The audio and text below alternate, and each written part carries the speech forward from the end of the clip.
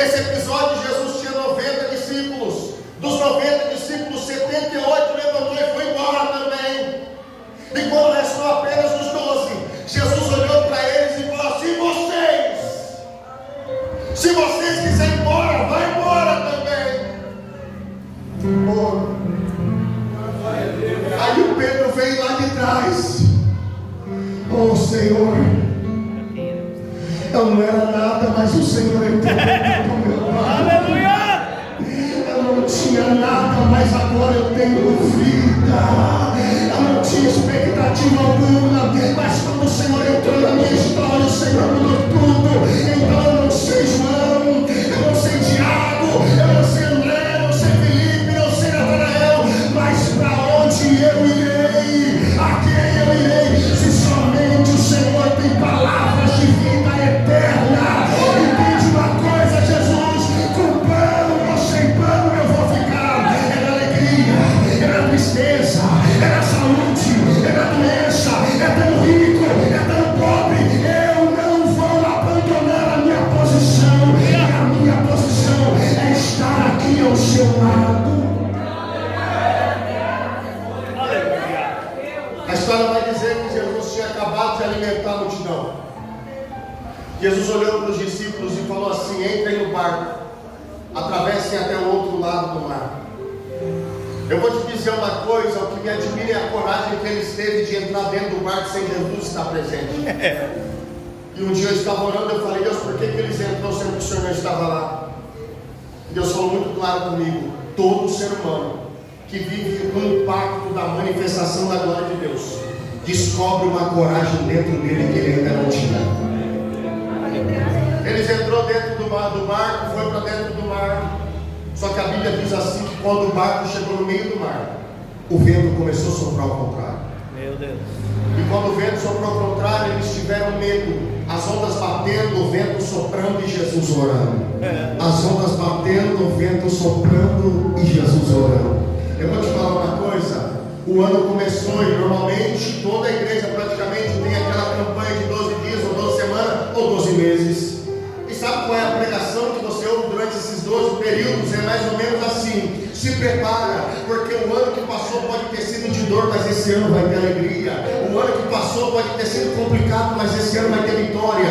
Só que o ano veio e te esqueceram de te avisar que não vai ser como você pensou que seria. E a palavra que foi lançada parece que não teve efeito. E o ano que passou foi melhor do que o ano que você está vivendo hoje. Mas sabe o que acontece? O vento sopra, a onda bate, mas o barco não afunda.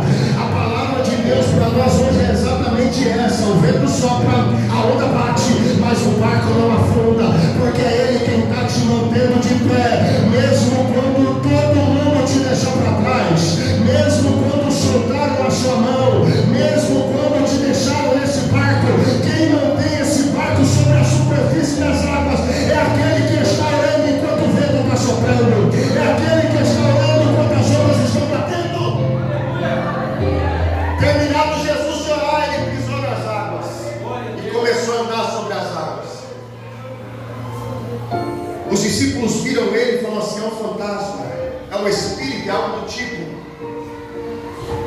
E Jesus falou assim: não tema, sou eu, mestre. E o Pedro já estava lá na ponta do barco. O Pedro é um caso complicado. Só que toda igreja precisa ter pelo menos um Pedro. Não é bom que tenha muitos. Não é bom que tenha muitos. Quem gosta de estudar a personalidade dos discípulos sabe. Não é bom ter muito Pedro junto. Isso dá problema. Só que somente Pedro vive aquilo que ninguém está vivendo. Eita, Pedro. Somente Pedro tem coragem de fazer o que ninguém tem coragem de fazer. O lugar mais confortável de se estar era no meio do barco. Só que o Pedro já estava lá na ponta falando assim: se é o Senhor mesmo, faça com que eu ande sobre as águas também. E como Jesus não gosta de perder tempo, olhou para Pedro e falou assim: vem, é só você vir, Pedro. Aleluia. E a Bíblia diz que o Pedro pisou na água e começou a andar. E Pedro andou sobre uma represa de água parada. O vento ainda estava soprando, a onda ainda estava batendo. Pedro andou, foi sobre ondas, irmão, com o vento soprando e tudo mais. Aí eu vou te falar uma coisa: quem for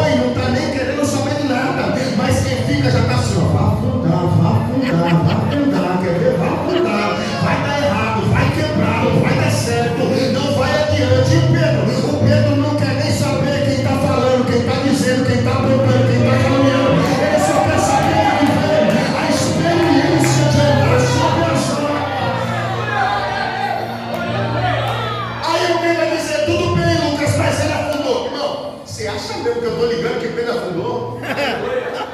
Pessoas que gostam de reparar no fracasso de outras pessoas é que normalmente não tem coragem de fazer absolutamente nada. Aí o Pedro foi e afundou. Só que o Pedro afundou no lugar certo. Na mão do mestre. Por que o Pedro afundou?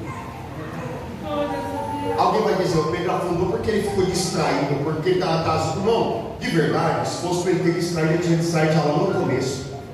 Se fosse por causa de medo, a hora que a primeira onda batesse, você ia falar, nossa, não dá. Pedro afunda porque Jesus queria que ele afundasse, porque Jesus queria ensinar uma lição para ele. Quando você anda sem a minha presença, Pedro, você pode até andar um pouquinho, mas uma hora ou outra você.